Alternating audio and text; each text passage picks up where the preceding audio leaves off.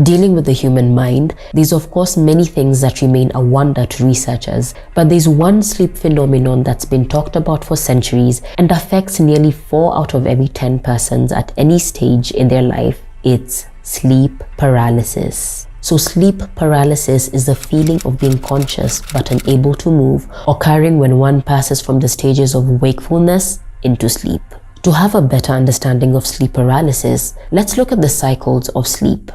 The first stage, N1, is a transition from wakefulness to sleep and usually lasts from 5 to 10 minutes. Breathing and heart rate slows down and the brain produces alpha and theta waves ranging from 4 to 13 Hz. The next stage, N2, is a light stage of sleep and is the longest stage of sleep.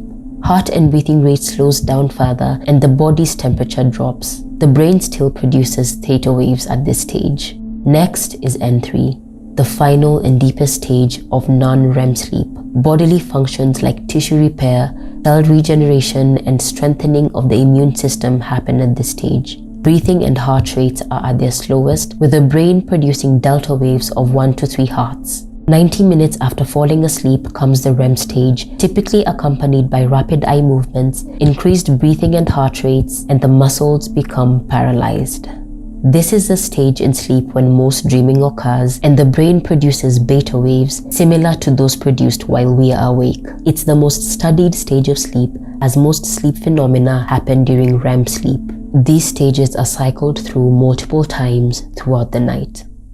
As we transition into REM sleep, we produce vivid dreams, and to prevent us from physically acting them out and possibly harming ourselves, the brain paralyzes the motor control, which in turn paralyzes the entire body. Sometimes you wake up during this paralysis, creating a clash between the dream and real world. This is the point when you realize that you can't move your body even though your mind is awake. It usually goes away within minutes, but can be a very unsettling experience, especially if hallucinations are had. During this convergence of the dream and real world, the brain can sometimes create bizarre hallucinations. This is a survival instinct as the brain is trying to make sense of the surroundings following the uncertainty of what could be possibly lying in the dark.